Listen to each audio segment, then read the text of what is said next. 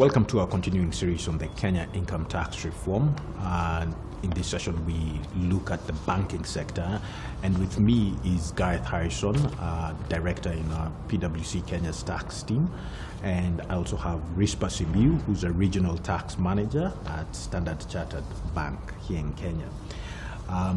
Let's just start with some broad overview of the banking sector. There have been a lot of changes or a lot of issues around the banking sector. There's been the interest rate capping bill, there have been new accounting regulations, there have been issues around capital requirements.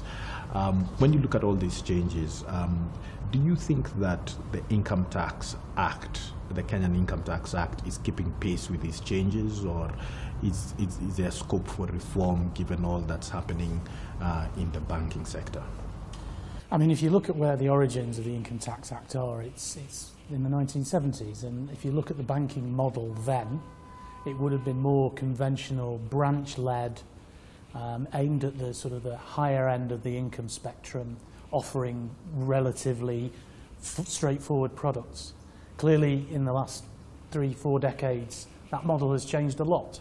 And in this post-financial crisis world you mentioned, there's a lot of regulatory change, there's a lot of accounting change, a lot of capital requirements, calculations required.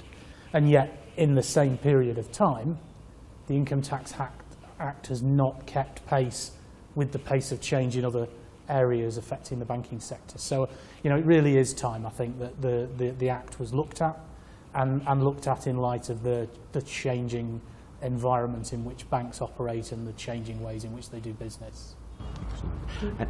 And if I was to pick up on one area of reform, and that's constantly talked about, is around the bad debts provisions in the banking sector, a very topical issue from a tax perspective.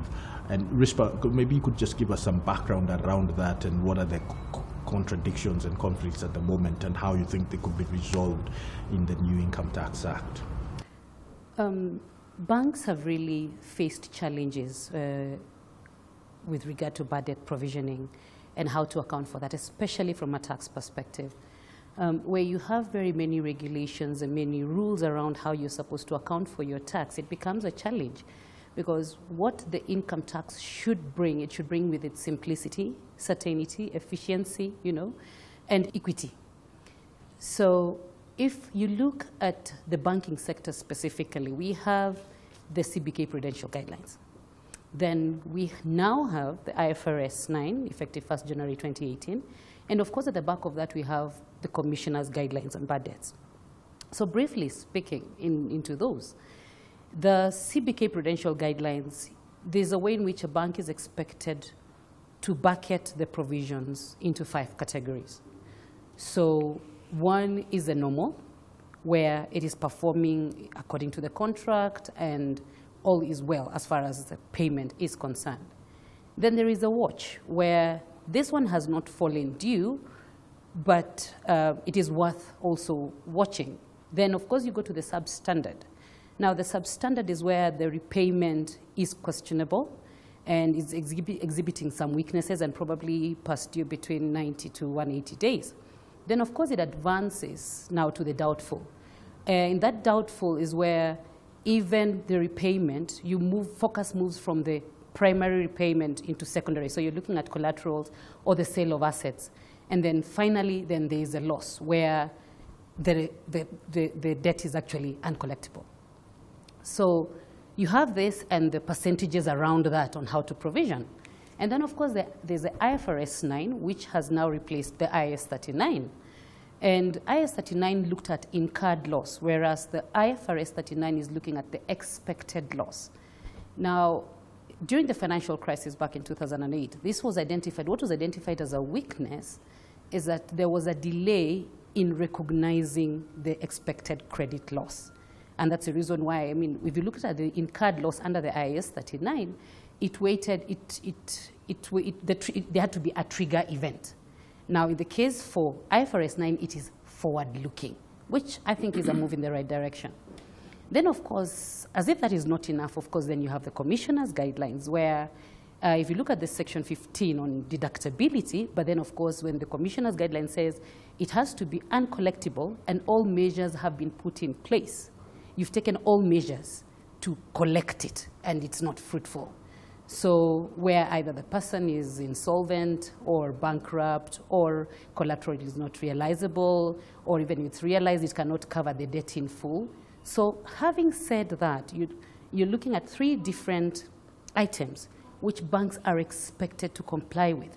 So with this reform, I think it is important to bring about congruence.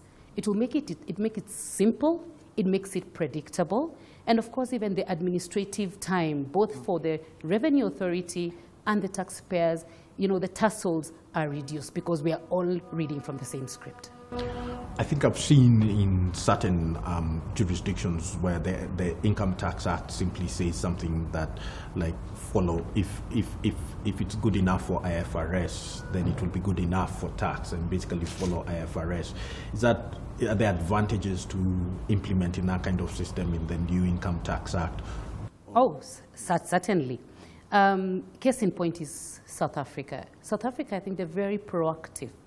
When IFRS 9 is rolled out last year, sometime July 2017, draft amendments were rolled out for comment. And you can see this is proactivity in that you foresee a challenge and difficulty, which is really should not be the intention of the Income Tax Act, where you bring together both the accounting and the tax treatment, because a good system for these two should not significantly differ. And if they significantly differ, then there should be a direction, either in the form of practice note or at least guidance to guide the taxpayer on how to approach this. Rwanda is another example, similar case. Uganda right next door, where they have the Financial Institutions Act and the Bank of Uganda regulations, where you can actually account for the tax treatment according to those, vis-a-vis the IFRS, which the financial statements can follow. So with this predictability, it is easier, and you address tax concerns upfront. Maybe I'll shift gears a bit, because I know we can talk about this topic for quite some time. But if I look at the budget policy statement, and there's a lot of emphasis on technology platforms to expand access to financial services and the lowering of transaction costs. Now, technology has become really part and parcel of a lot of banking businesses. Can there be a negative impact on revenue collection by the KRA and I'm thinking of situations where, say, some of these technology platforms are located outside of the country and so forth and so forth? Yeah, I mean, we should be positive about the technological change that's driving financial inclusion. There's a lot of positives to be taken away from the implementation of technology, whether that's increased access in rural communities, microfinance, micro-lending. So there's a lot of positives there. The issue that KRA have got, really, is to understand the technology and the impact it's having on the banking sector. And as you say, there's no guarantee that that technology is going to be driven here. So for regional banks or global banks, that technology could be hosted in offshore data centers. The platforms could be hosted outside the country. There could be shared service centers on a regional basis. So a lot of that, change in the business model for regional and global banks particularly is something that KRA will have to be mindful of and understand. And I think, they've been very good at implementing technology for themselves and driving the iTax agenda and encouraging more taxpayers to use online platforms of their own. So now it's about understanding how other businesses are implementing technology for themselves and what impact that might have on their ability to access data and their ability to tax correctly the activity that's taking place in the banking sector. And you've spoken about shared service centers and regional banks, and that also in itself probably brings up different issues, especially when you have Kenyan banks that are moving out into the region. Do they move out as a representative office? Do they move out using a branch structure? Do they move out using a subsidiary structure? And the current Kenyan income tax seems to seems in some way to penalize the use of a branch structure as a way of expanding regionally. But in any case, there are a lot of transaction taxes that if you're trying to operate a regional bank, such as excise and VAT, that you can end up getting sort of huge outflow of taxes around regional banking. I think maybe, Rispah, could you touch on some of these challenges around expansion, regional expansion, about branch structures, subsidiary structures for banks, and maybe what could be some of the ways we could mitigate this in the new Income Tax Act? All right. Looking at regional expansion, I suppose setting up, the call to set up a branch or a subsidiary, whereas it would be driven by the entity, it all depends on the laws and regulations of the particular jurisdiction. So we've seen banks expanding, even trying to put up shared service centers, which in my view actually are very efficient in that you benefit from synergies and efficiencies, and it also avoids duplication because these people put together highly specialized to perform certain tasks which don't have to be duplicated in the main entity. Now, in looking at a branch structure, whereas from a setup perspective, it would be easier to set up a branch because you can put up one, whether it's a P or an actual branch. Registration is easy. Folding up is equally easy. It's not mandatory, like say in the case of Kenya, it's not mandatory to have audited accounts, so you may or may not have. If you look at the subsidiary, of course, the case is different. But now coming to the tax side, we do realize in the case of Kenya, for example, I mean, we appreciate that the rate is higher than the usual subsidiary, but then again, on remittance of profits, then there is no withholding tax. But when it comes to the actual cost, when you're talking about withholding tax, for example, you cannot, if you're paying interest, if you're paying management services, you cannot take a deduction for this because the way the act is worded, and truthfully, if you look at it, a branch is really an arm of yourself. But then the other bigger challenge also is you're looking at things like double taxation. In the Act, Section 4 talks about when a business is partly conducted within and outside. If in that scenario, then the profits of the outside entity will be brought and taxed here.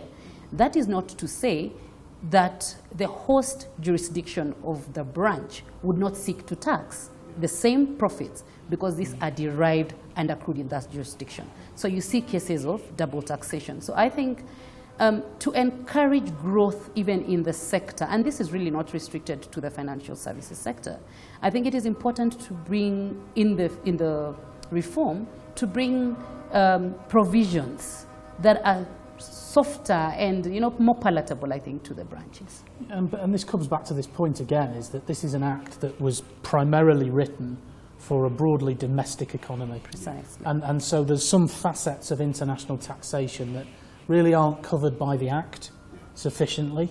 So transfer pricing is there, but there are other things that are not there. And as Kenyan headquartered businesses, including banks and others, insurance companies as well, start to regionalise, not just within the East African community, but further afield, the tax side of that is going to get more complex.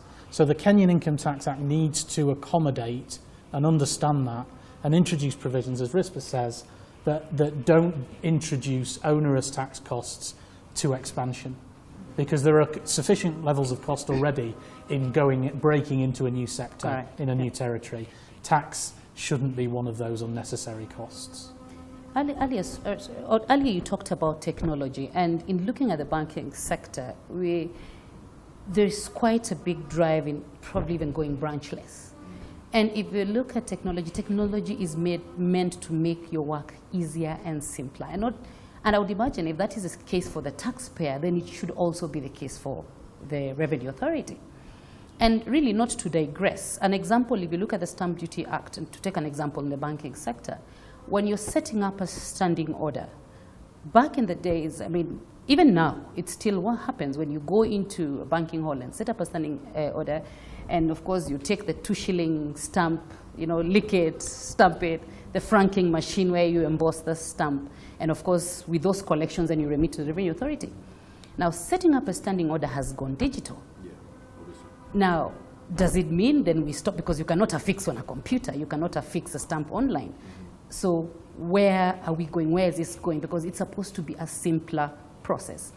Now, with simplicity and with the introduction of technology, the understanding is that even it comes with greater compliance.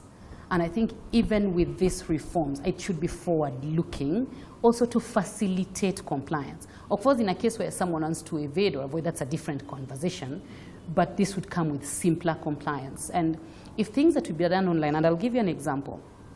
South Africa, when a resident is transacting with a non-resident, there's something called reportable arrangements, where the resident is expected within 45 days to report to the revenue authority on this transaction. And that way, that non-resident is also brought into the bracket, and there's assurance of collecting tax on that. Now, in our case, take an example. If you sit in the comfort of your office and buy an app, this is a non-resident deriving income and accruing that income in Kenya, but it is not on the radar of the revenue authority. So such are the examples which need to be explored on how to capture all this. And some other examples, I think, if you look at it, is some of the products, Islamic banking, derivatives. These are products that were never in existence at the time of the Act being drafted. Do you think, is the Income Tax Act as it is currently sufficiently flexible to look at the taxation of these products? And what are the issues coming up with taxation of these kind of, what I guess might be seen as exotic products in Kenya? The income tax, there's been an attempt to move in the right direction, and this was seen in the Finance Act 2017, where certain acts, the Islamic banking products were in a way incorporated into certain acts. So the VAT Act, the Stamp Duty Act, the Public Finance Management Act, which specifically defines sukuk in the Islamic finance arrangement, the Cooperatives, the Sacco Societies Act.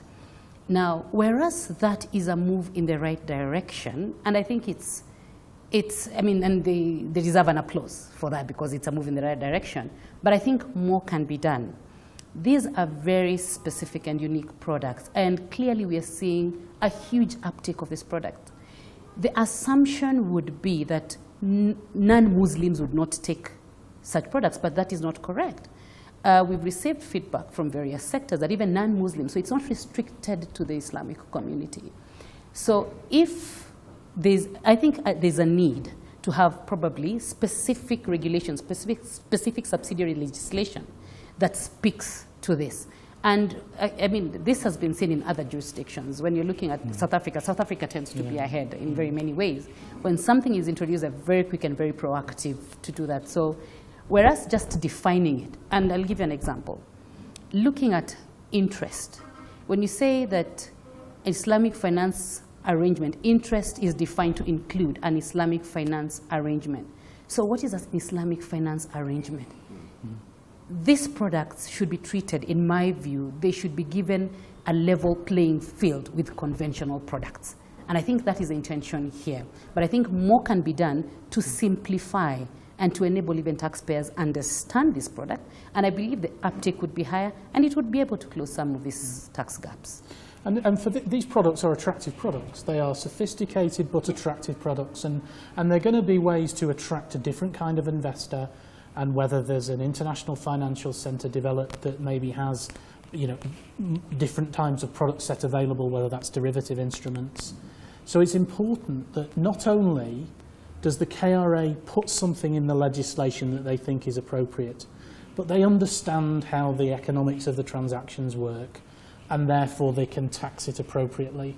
And I think, as Rispah has said there, they should be applauded for the steps that have been made in the right direction. But what are they going to do next in terms of understanding the product set that's out there in the market? When the NSC launches derivatives on the platform, when short selling of stocks is available, interest rate swaps, etc., how is KRA going to treat all those for tax purposes? That detail needs to be there. Guidelines need to be available. You mentioned derivatives, which is a very unique sector, and mostly in the banking sector. And The Kenya Bankers Association, through the lobby efforts of the usual budget proposals, we've tried to put in some proposals around this product for guidelines to specifically understand this unique product. Derivatives are wide, and just to simply define it, this is a contract between either two or more parties where this product, the pricing on this product is dependent on an underlying financial asset. And of course, this is a pre-agreed, yeah? So it's an agreed upon financial underlying asset and the pricing. So fluctuations in this asset then would of course impact on this contract and on the pricing. Now, these are varied. You could talk about futures and forwards. You could talk about options, and probably we need another session to go into that detail. But an obvious example is swaps. Swaps where you have interest rate swaps, where you actually swap either floating rate and a fixed rate at a future rate date, or cross-currency swaps. So this would be interest or in the bonds or loans, but you're swapping the interest and the loan in a different currency. Now, our neighbors, Uganda and Tanzania, are actually way ahead, and I think the Income Tax Act needs to play catch-up. If you look at the definition of interest in the Uganda Income Tax Act, not necessarily a new one, but if you look at the definition of interest, it's defined to include a swap agreement, all right? If you look at Tanzania on the other side, it talks about the net gain on a swap. So if you have an understanding of what the net gain is, which direction the interest, when upon settlement, is it a gain or is it a loss for you? And if it is a gain, then how does withholding tax come in? Because interest has been defined to include this. And of course, if it is interest, then it means withholding tax follows.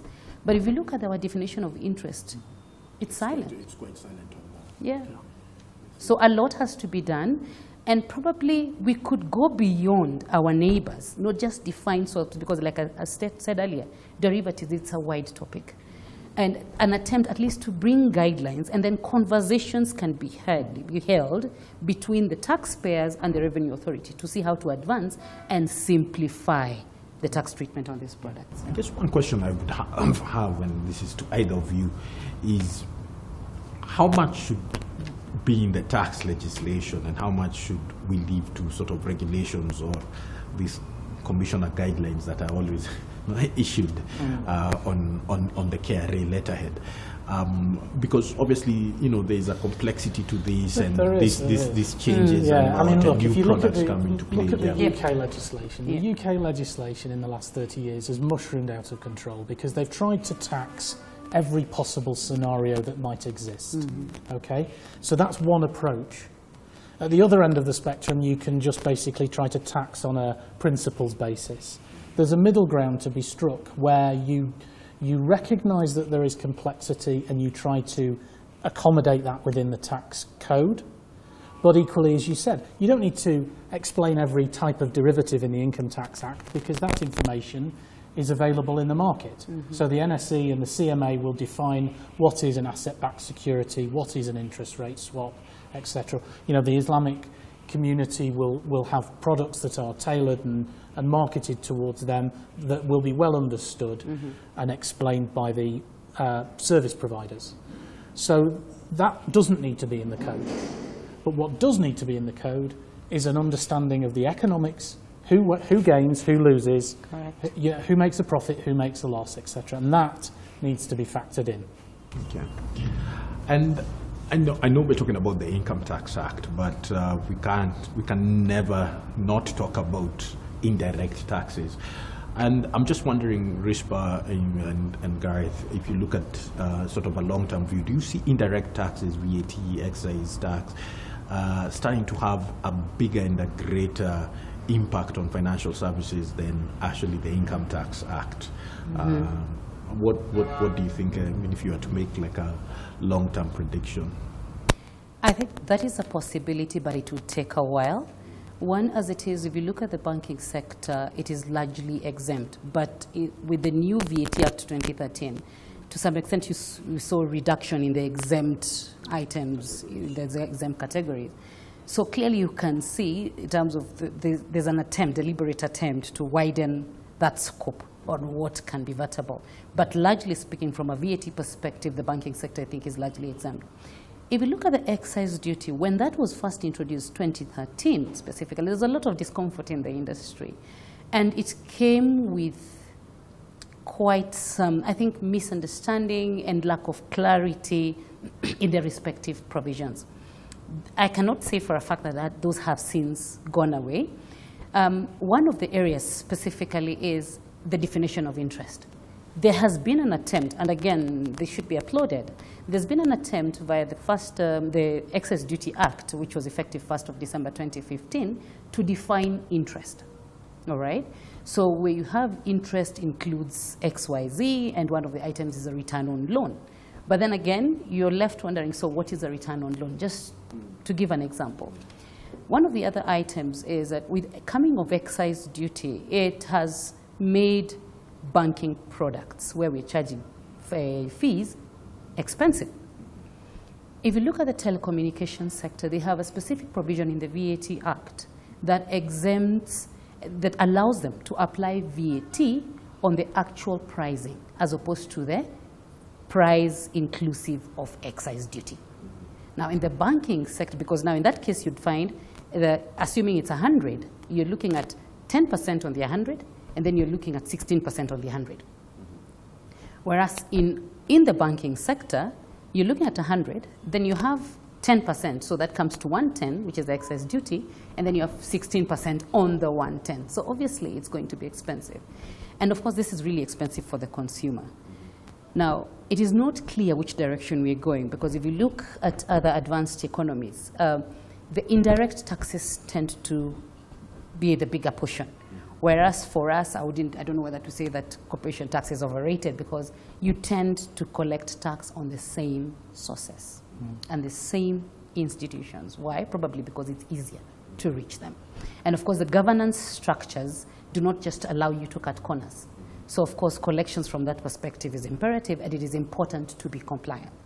So now, should there be a shift also, and I think moving to the next point, should there be a shift also in looking at the informal sector, and also linking it to the introduction of technology?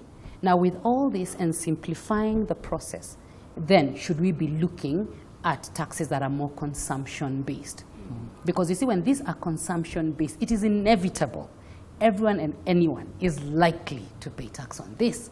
Whereas it's different when you're looking at corporation tax, because the incidence of tax is on the same person.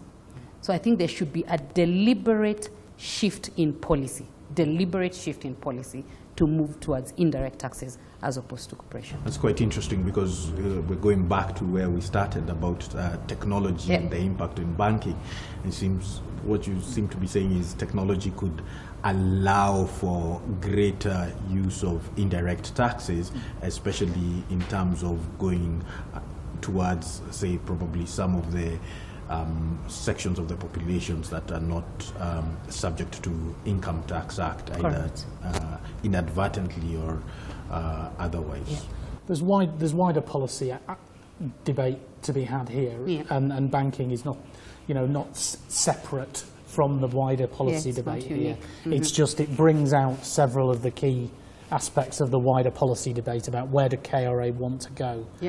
So as we've said, developed economies tend to have a higher dependence on indirect taxes than direct taxes. In developing economies, it's reversed, and that is the case here in Kenya, whereas corporate income tax, personal income tax, raises more revenue for KRA than the indirect taxes do at the moment. And whether KRA want to make a deliberate shift to change that balance, they can achieve that through certain policy shifts.